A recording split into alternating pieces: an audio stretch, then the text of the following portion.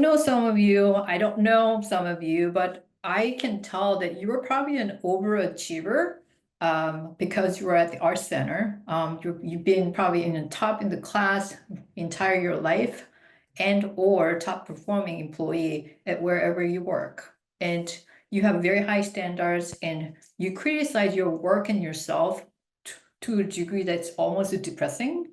And you're super motivated and goal driven. And this is probably how people around you describe you as well.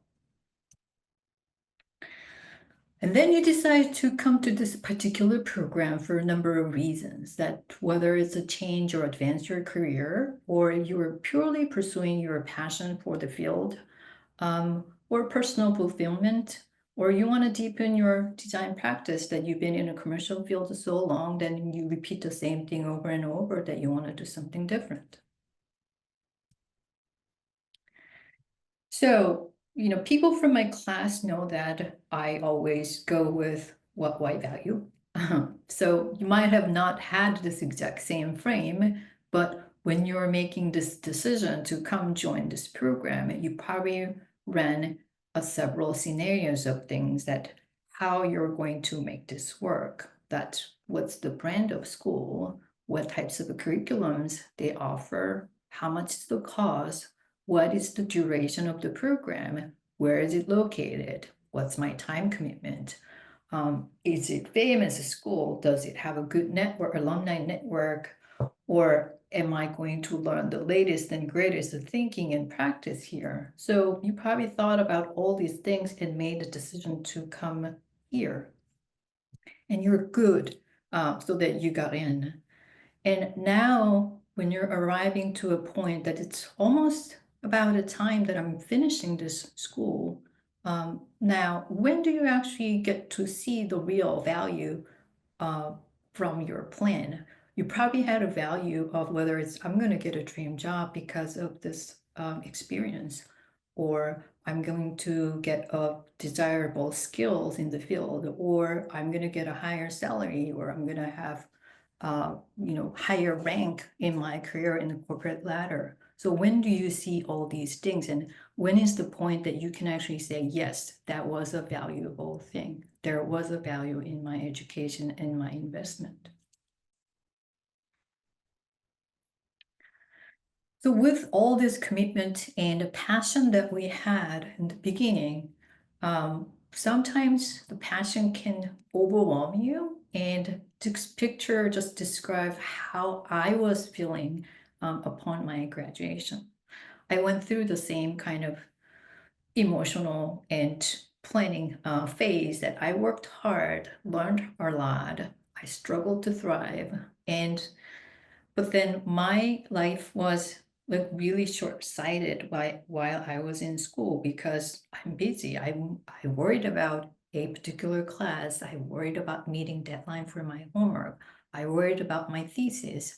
And that was plenty of things that I lost the track of the big picture, that my initial plan, that where I was going and where I'm going to see the value.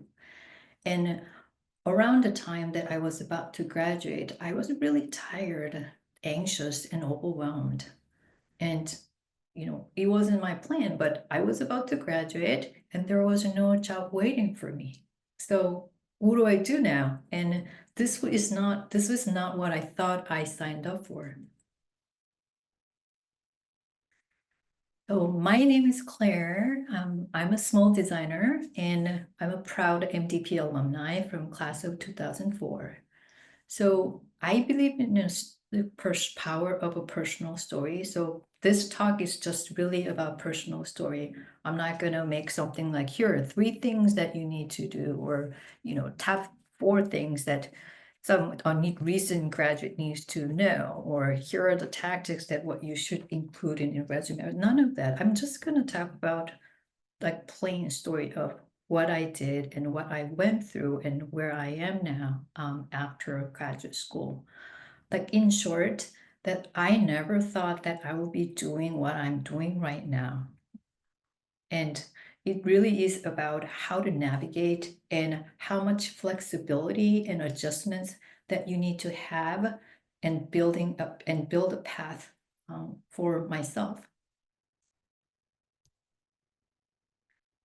I'll start with the statement that I believe that success is personal and career journey is messy.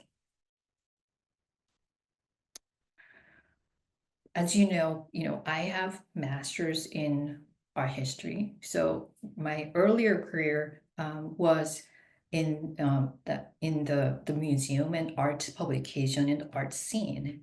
And my specialty was about how people of color in the United States utilize emerging technology to challenge the social norms. So that was my specialty. Emerging technology back then means like interactive media installations and web at the time. So I knew a lot about cultural meaning and shift regarding technology and art. So I thought I knew this field. Then I moved to designer in a natural way because, well, it's about technology. I know theoretically, I just need to pick up the technology part and I'll be good to go.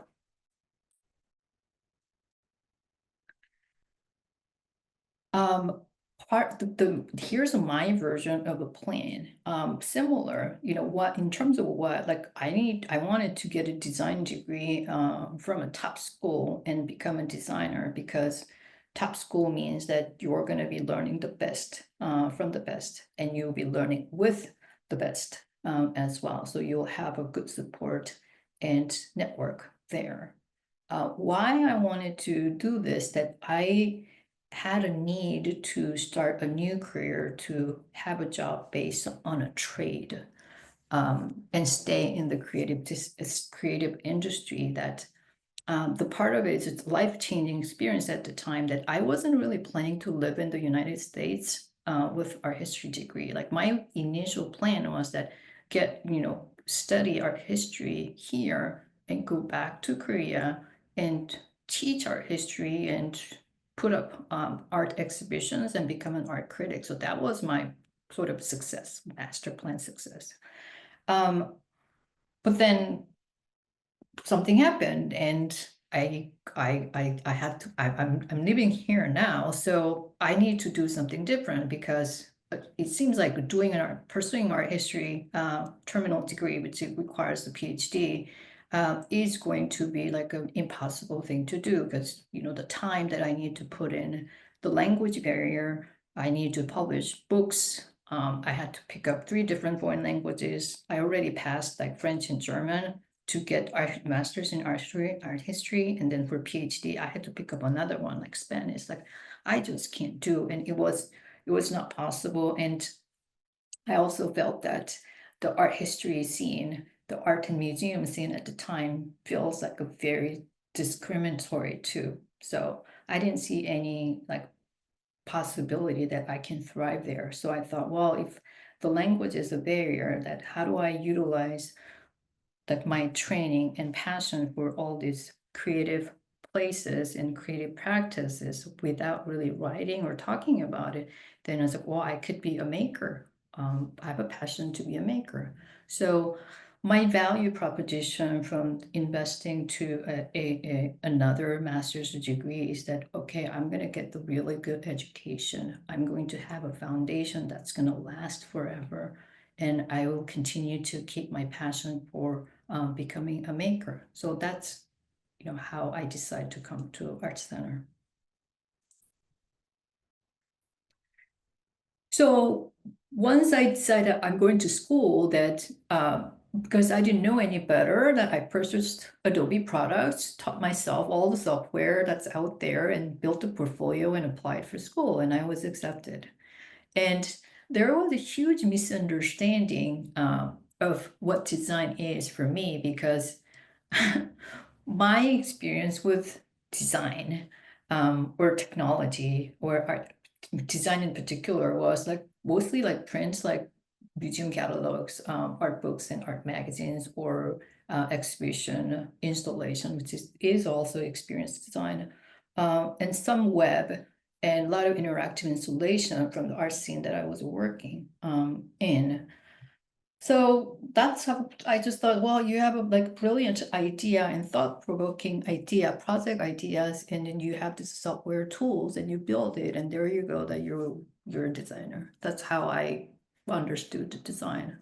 But it wasn't like that. So I I learned that, oh, I actually didn't understand what design really was on the first day of school, because on my first class, the entire class, we watched an episode of Twilight Zone. And I was like, what is going on? Like, why are we watching Twilight Zone? It was about something about the future. And that's not what I really thought, that I would be doing that. So starting from there, I discovered a lot of gap in my understanding of design and what I was actually able to do.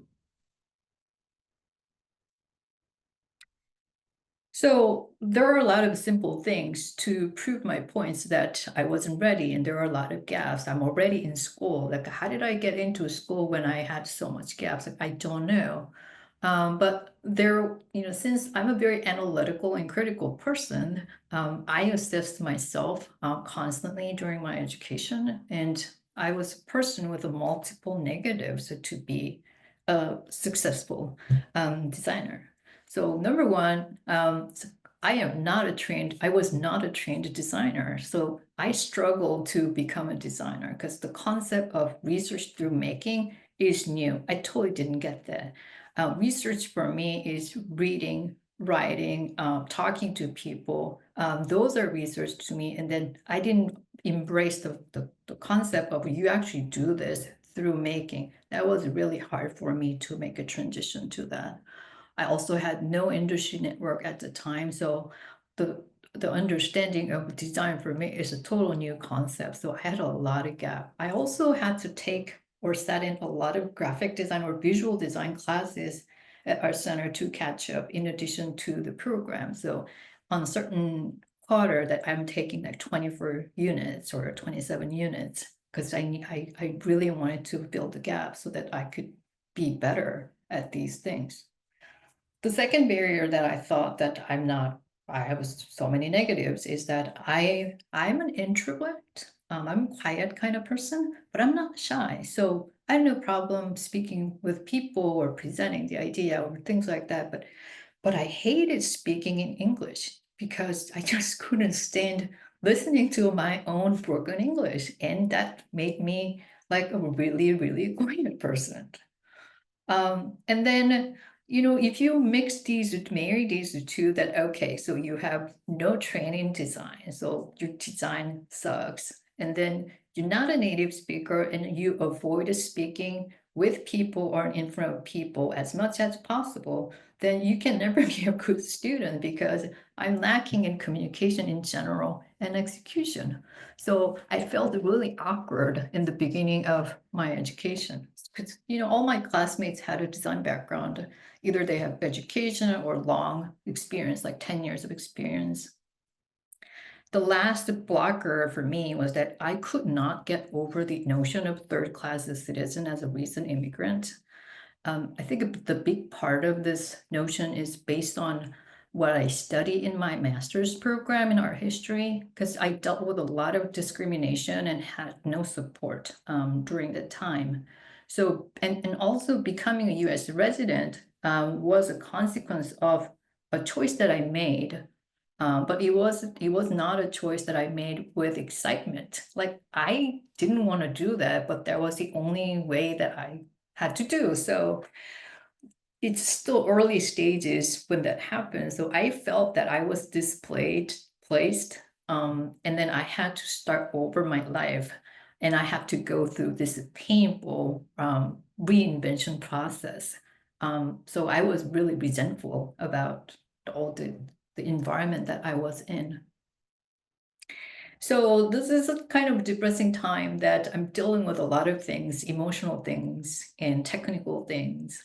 And I saw myself as a precious object, that you see that little cute piggy on top, that it's expensive and it's precious, but has no actual use. And that's exactly how I saw myself. Like, okay, I have a really good education, I'm intelligent, I'm driven, I know a lot about a lot of things, but it's not useful. Like there is nowhere to use these things. So continue with that mindset of things. So although I worked really hard, the the classes I was taking and the direction that the program was running is really like futuristic and things that don't exist or things that it's not commonly accepted. Yeah, so I had a lot of weird stuff in my portfolio, and I don't believe that the market or industry in general, like a common market, was really ready for things like design research or design strategy or process or concept of those things. Um, and then the education really changed how I viewed design. So I was no longer interested in the production part, like or portfolio ready, like employable kind of thing. Like, do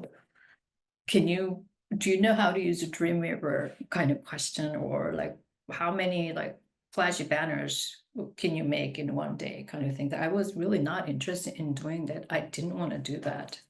I wanted to do what I learned and move to that direction instead of actually going to the production the way most people know design, which I did too.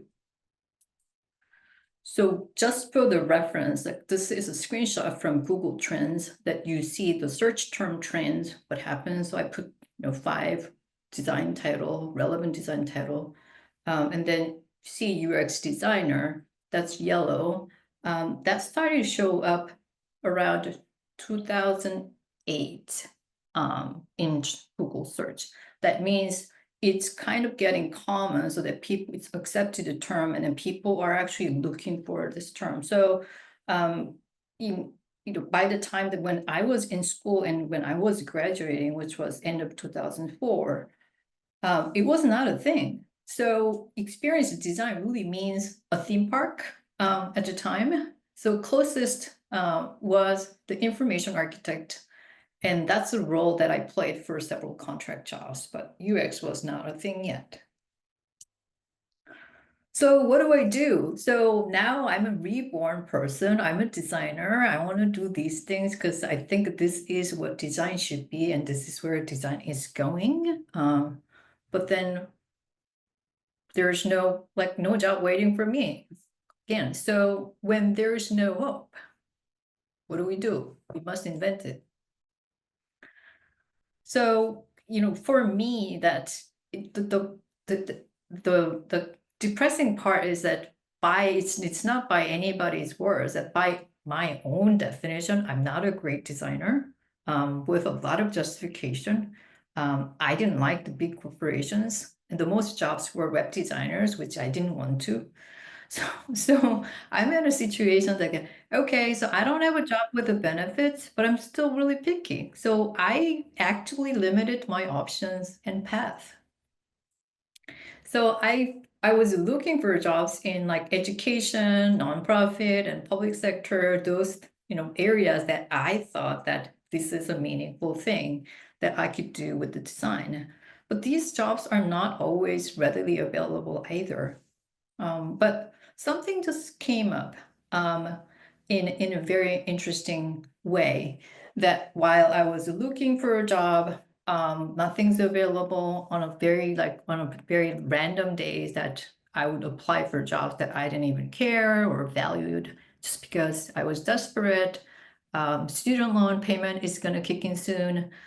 So I even went to several interviews that some places that I said no, other places they said no. So it just didn't work out. So I continued working on freelance and contract work during this time.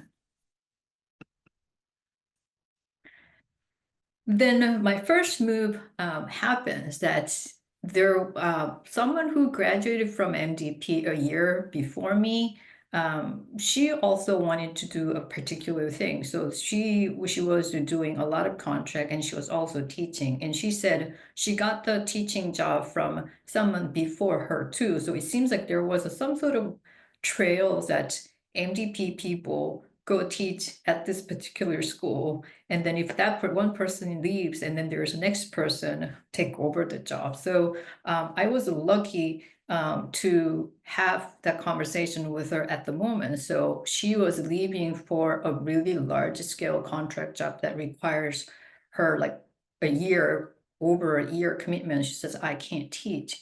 So I started teaching there. Started with a 2 for my first quarter. And then the next quarter, I got the full-time position there.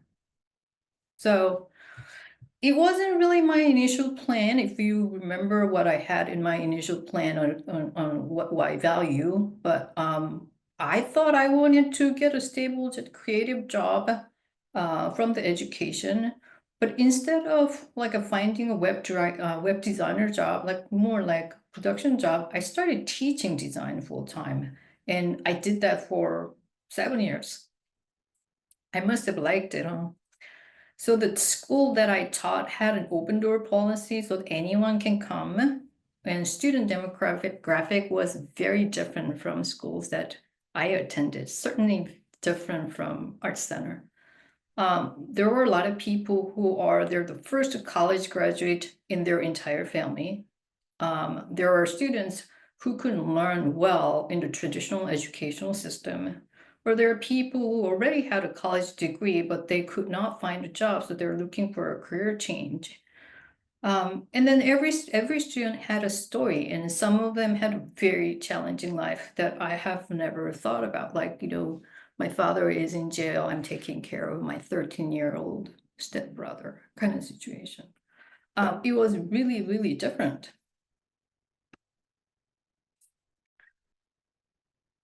So it looks like 7 years of teaching gave me a lot of good resume metrics. Like I taught like over 7,000 hours. It's a lot. Like I taught 5 4-hour studio classes every week. That's a quarter system. I have a record of 100% job placement within 3 months of graduation. That's a big deal. I also was in a task force team that developed a curriculum for all these sister schools in North America so that we implemented the same curriculum in 67 campuses. And so that's a resume nice kind of metrics that I am proud of. But what really was what was really interesting, and then what was really happening was that through through teaching, I actually overcome the fear of speaking in front of people. You have to, because you're a teacher. I need to be as clear as possible, like whether it's instruction giving or project description or creating criteria or feedback giving, or a lot of things that my job is to speak and talk in front of a lot of people. I also need to do a lot of presentation and demo in every single class. So this skill, unexpected skill that I never thought I would overcome, I need, and this skill plays a really important role in my career as a design leader, that, doing a presentation, doing a lot of executive up and down and communication and convincing executives and stakeholders and clients and things, or speaking at a big and small conferences and events as well. And I mentioned that I was looking at these students from a very different demographics, but I still wasn't mirroring myself to them and wanted to help them and support them to meet their needs. Like my thinking was that, well, it's like all that is theoretical. Is this meaningful? That how am I utilizing all the knowledge that I already have? I have high standards in terms of visual literacy, but my actual execution is not meeting my own visual standard. Well, because I was never trained and I didn't do enough to get to that point. So I was struggling at that levels. And a lot of students that I was working with their challenge was to survive. So it helped me to move out of the shell that I created and really pay attention to practical knowledge and market needs too, which I actually didn't care much for myself because I was still picky about jobs and I don't want to do flash making kind of thing. So are you employable today when you graduate became my standards. So I'm also, and interestingly, that during this time, I also became a really good designer in an interesting way because I was so involved in everybody's projects. That's a lot of project in 7 years. And I was also working as a freelancer too, so that by doing a lot of designs constantly, that really made me a fast, great designer too, which I didn't expect that either. So for students who actually finished the program, we had a real life-changing experience, and there are industry leaders now, from like executives to middle managers or distinguished ICs at, like, you can say Magnificent Seven kind of companies, or running their own companies or smaller companies, but everybody is well, and they are utilizing and the things that they learned, and they continue in their career. Then that was that. But we're changing and we're learning and growing, and our world changes too. So things should evolve and reform. So me teaching and putting so much energy into it, I was burnt out. I felt that I need to recharge as a maker and bring something more and interested more. So interested in working in a kind of a team environment where, as a freelancer, I was kind of a single designer dealing with the client and organizations, that sort. So I started looking for an opportunity in public sector. And what was also happening at the time, that Goldman Sachs acquired that school group, and they started working on the balance sheet so that they could actually sell it for a higher price to someone else. They don't care about education. They don't care about students. So I feared the quality of education, it was going to go down. And that really was the trigger for me, that if education is not about the quality, then I don't want to be an educator. So that really pushed me to move to the next phase, which is my second move as a designer. Now I'm going to agency life. So I wasn't ready to work for a product company yet because I felt that I don't have a lot of different company experience yet, because projects that I worked as a freelancer was, some companies are big, like Getty Images. There are a lot of smaller organizations like Japanese National American Museum kind of thing. So ranges are different, but I didn't want to make myself as I didn't want the label of like healthcare specialist or e-commerce person kind of thing. I wasn't sure that, I didn't feel that I actually found a place that where I'm comfortable to be labeled as she's the expert in XYZ, like fintech. So and also, I cared so much about the public sector that I wanted to do something large scale and meaningful as well. So the first agency that I went was the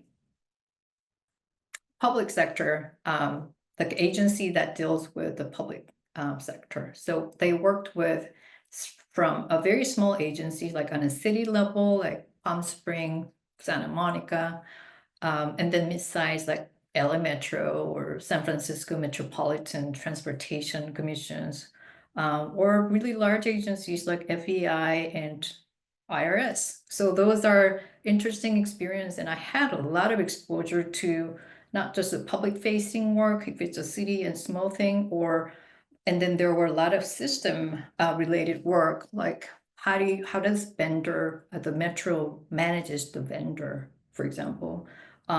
How does the metro deals with the bus stops, broken pave that causes accessibility issue for people with a disability kind of thing. How do we deal with the city, the connected city with all these parking issues? So the digital transformation was a big thing for a lot of governments. So there were a lot of interesting large scale projects in that area. So I learned that, okay, I actually like this system design rather than creating a website or mobile app like that. So it was good. I liked all the projects that I worked with while I was there. And then I moved to a very different setup.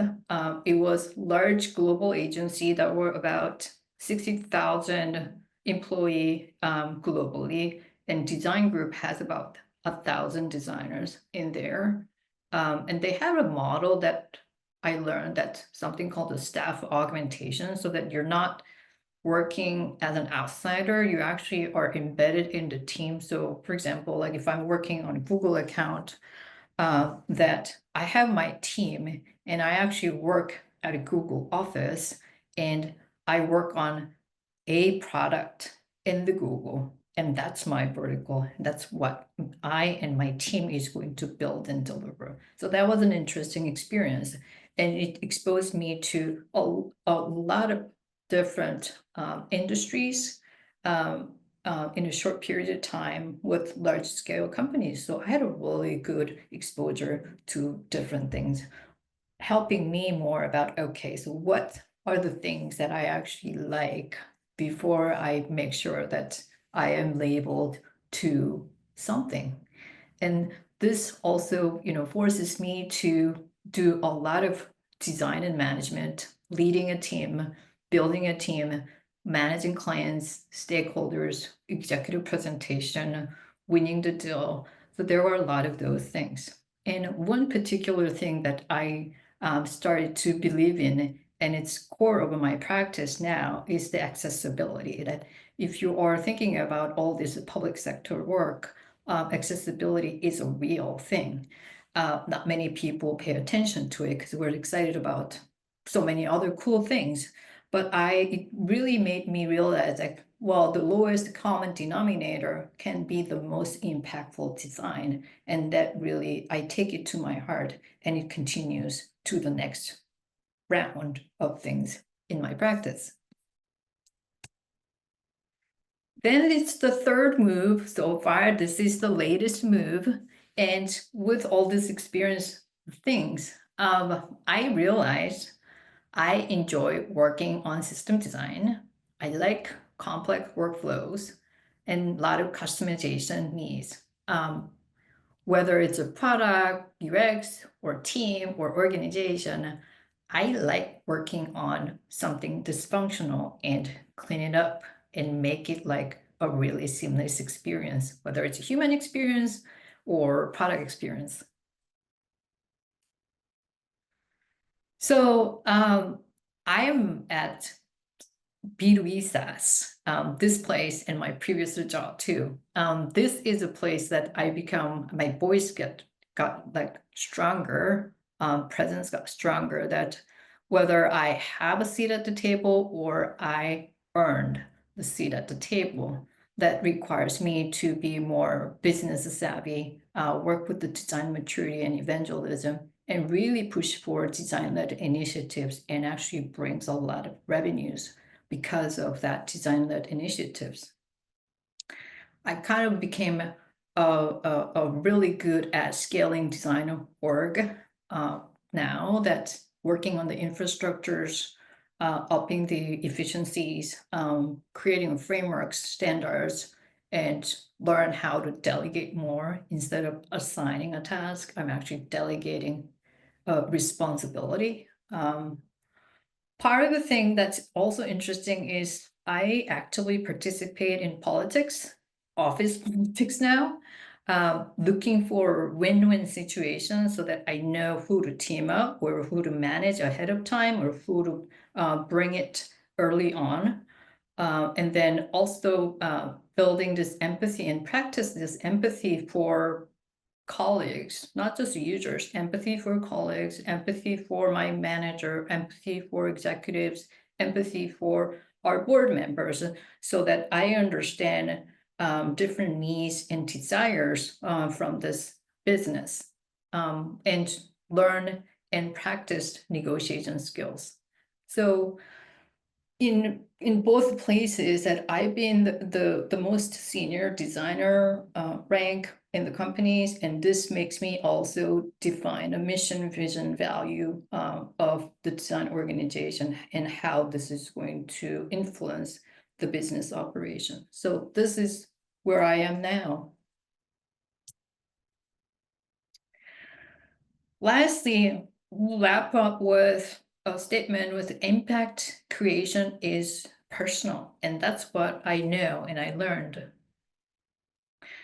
If we're revisiting Claire's initial plan that I saw in the beginning, I thought I was going somewhere else because my initial plan didn't seem like it was working when I had my freelance job, contract job, and became a teacher and taught for 7 years. But looking back now, like in terms of what, get a design degree from the top school and become designer, yes, that happened. Why I did that, start a career to have a job based on a trade, stay in the creative industry, that also happened. I'm still here. There was a value, brand reputation, absolutely. You get so much respect if you're an ArtCenter graduate in the field. I learned foundation that lasts.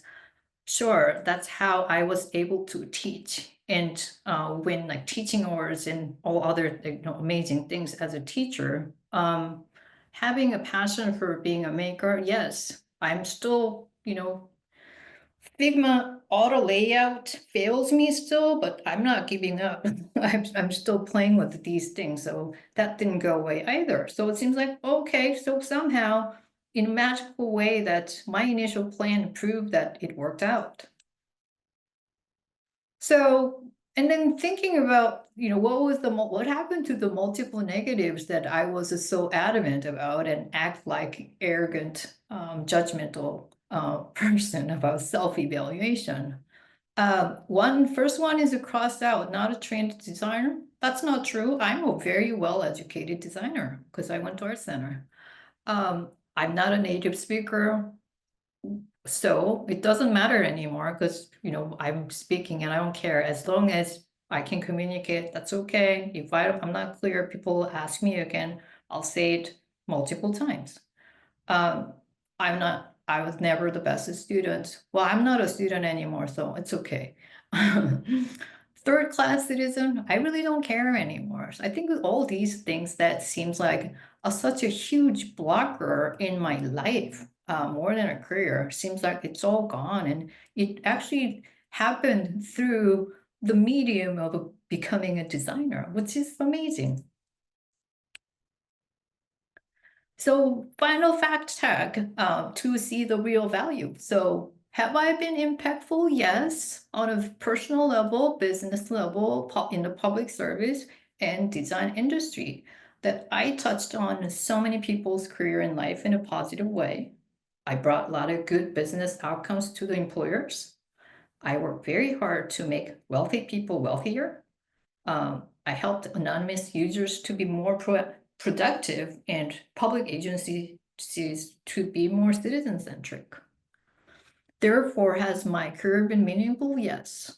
Was the education ROI good? Yes, absolutely. Is this a success? I don't know, but let's not be fooled by the illusion of success because definition of success changes. So, 20 years ago, I thought I'm going to get a PhD and then go back to Korea and then went back to the school that I graduated. I'm going to be a professor. I'm going to be running like exhibition. That was my success. I didn't do any of that. I'm fine with that because that was my definition of success evolved and changed. And it's temporal too. It's a seasonal. And a lot of the success, I think it's defined by external validation a lot of times too. I think we should be able to really define our own success. Things like admission to our center is a success. Passing a class is a success. Graduating Art Center is a success. Getting a job is a huge success. So don't do the things that I had. Limit other people's opinion. Don't doubt yourself. You're good. This is why you're here. And this is how you're finishing this. Try to avoid negative thinking because that's not going to be helpful. And it's just a seasonal thing. And that's probably not true. Remember, you're a really wonderful, talented, intelligent, goal-driven people. This is why you decide to do this. Lessons for me throughout, going through this transformation of a designer is that you need to move. It's action by action. There's no magic wand or easy button that it doesn't mean that you're moving forward or backward. I think it's not a straight line. So just to keep moving, I think that's the important part. So you need to assemble your life. And also, I know that a lot of you are probably a perfectionist, and perfectionists stop growing at some point because when it's not perfect, you kind of give up. Oh, if it's not perfect, I'm just not going to do it. And that was me. So seek more progress and growth.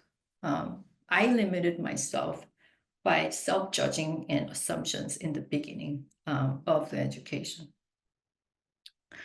Don't forget to carry certain traits that you develop or you have to your next destination. Wherever we go, that's not the end destination. It keeps moving. We don't know where, but it keeps moving. Keep it short and sweet so they're easy to scan and remember that it's always with you. And then lastly, you're most impactful when you're most engaged. The way the way that you can be most impactful is when you really care and you're in there. So try to be awake and focus on what matters at the moment. That's important. So the word is going to ask you who you are, and if you don't have that answer, then the word will tell you, which is you have to define yourself. Otherwise, the society will impose its labels and expectations on you. This is where we're going to have a gap of, someone else's a success versus where I see myself being successful. So don't lose the sight of importance of self-awareness and personal identity. You need to have a very strong sense of yourself. Like other influences like culture norm or social pressure or like people's opinion, those are dangerous things that could influence you not in a positive way. So you need to take the ownership of who you are, and then you define and you build your own career, and that's successful.